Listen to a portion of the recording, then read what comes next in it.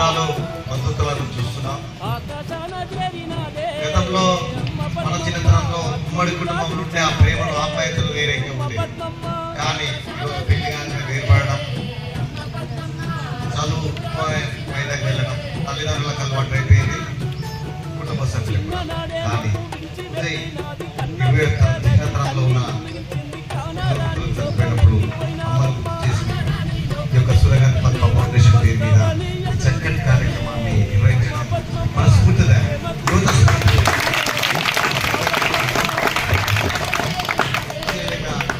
మన జిల్లా ఆదివర్తం సంధ్య గారైతే, అనితారెడ్డి గారైతే, గోదావరి శ్రీరన్న మన ప్రాంతానికి చెందిన ఈనాడు తెలంగాణ ఉద్యమం గ్రామీణ బ్రతుకులు ఎట్లా ఉంటాయి, వలసలు ముంబైకి వలసలు పోతుంటే ఎలా ఉంటాయి, ఆ వలసలలో పేదవారి కష్టాలు, వ్యవసాయదారుల కష్టాలు, రైతుల కష్టాలు, మన లాంటి గవర్నమెంట్ స్కూల్కి వెళ్ళే విద్యార్థుల కష్టాలు కూడా వర్తించిన సంగతి ఇంకోసారి.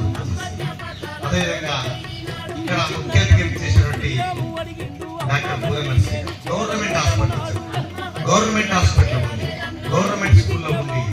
ఈనాడు ఈ ఆసియా ఖండంలో పెద్ద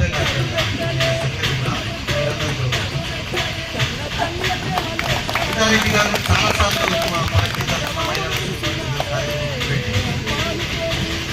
మన జిల్లాకు సంబంధించిన వ్యక్తితో మనకు ప్రేమ ఆప్యాయత వేరే. ఆ విధంగా ఎవరెస్ట్ శిఖరం ఎక్కిందంటే ఎంత ధైర్యం ఉంటుంది. మనం గ్రామం దాటి ఈ గ్రామం దాటి బస్సు ఎక్కిపోతుందా, బిడ్డ సరిగ్గా పోతుందో లేదో, మా అక్క సరిగ్గా పోతుందో లేదో చూడకుండా చూస్తూ 10 సార్లు ఫోన్ చేస్తాం.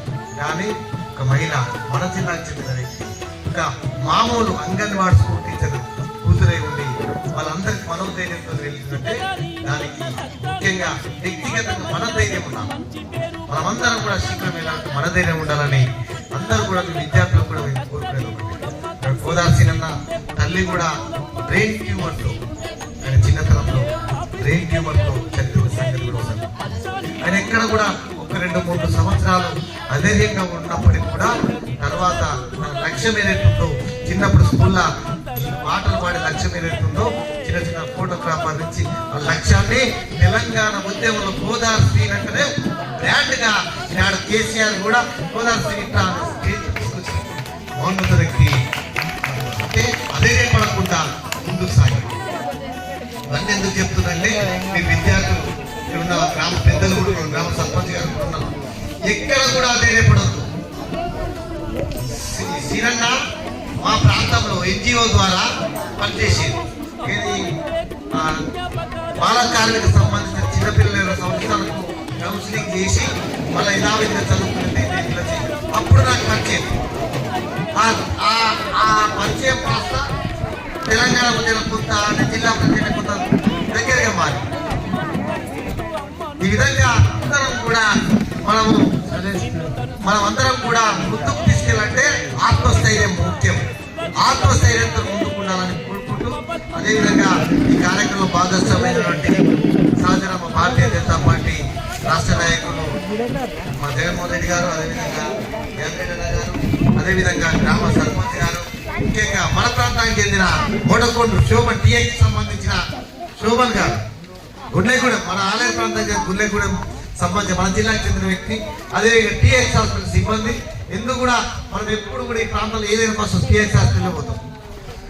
ఈ టీఎక్స్ సిబ్బంది, డాక్టర్ బృందంకి, గ్రామ ప్రముఖులందరూ కూడా మరొకసారి ధన్యవాదాలు తెలుసు. అదేవిధంగా మా ఉదయలందరూ కూడా స్ఫూర్తిగా తీసుకొని తల్లిదండ్రులను చనిపోయినా కూడా స్మరించుకుంటాం, ఇప్పుడున్నలను చూసుకుంటే సరిపోతుంది అనేది. ఎందుకంటే సమాజంలో చూస్తున్నాం, పెద్దవారు కాగానే మనకు కనబడి వాళ్ళకు చాలా కూడా కానీ వదిలేసిపోతున్నాం, అనాథశాలను వేస్తున్నాం, హైదరాబాద్ వలసపోతున్నాం, తల్లిదండ్రులు పట్టించుకుంటాం. తల్లిదండ్రులకు బాధ, ఆ బాధ అనుభవించడంలో తెలుసు తల్లిదండ్రులు లేకుంటే ఈ విధంగా ఉంటుందని. అందరూ కూడా మీరందరూ మీ తల్లిదండ్రులు కరెక్ట్ చూసుకుంటామా లేదా? అందరూ చేసేస్తారు, చూసుకుంటాం అంటే చేసేస్తారు, అందరూ చూసుకుంటాం కదా. మనం ఎంత ఎత్తుకెదిగినా మనకు జన్మనిచ్చిన తల్లిదండ్రులు మరవద్దు, మన కుటుంబాన్ని మరవద్దు, మనకు అదేవిధంగా మన జన్మనిచ్చిన తల్లిదండ్రులతో పాటు మన గ్రామాన్ని కూడా మరవద్దని మీకోసారి ఈ సభాముఖంగా మనం చేసుకుంటూ మరొకసారి అందరూ కూడా ధన్యవాదాలు.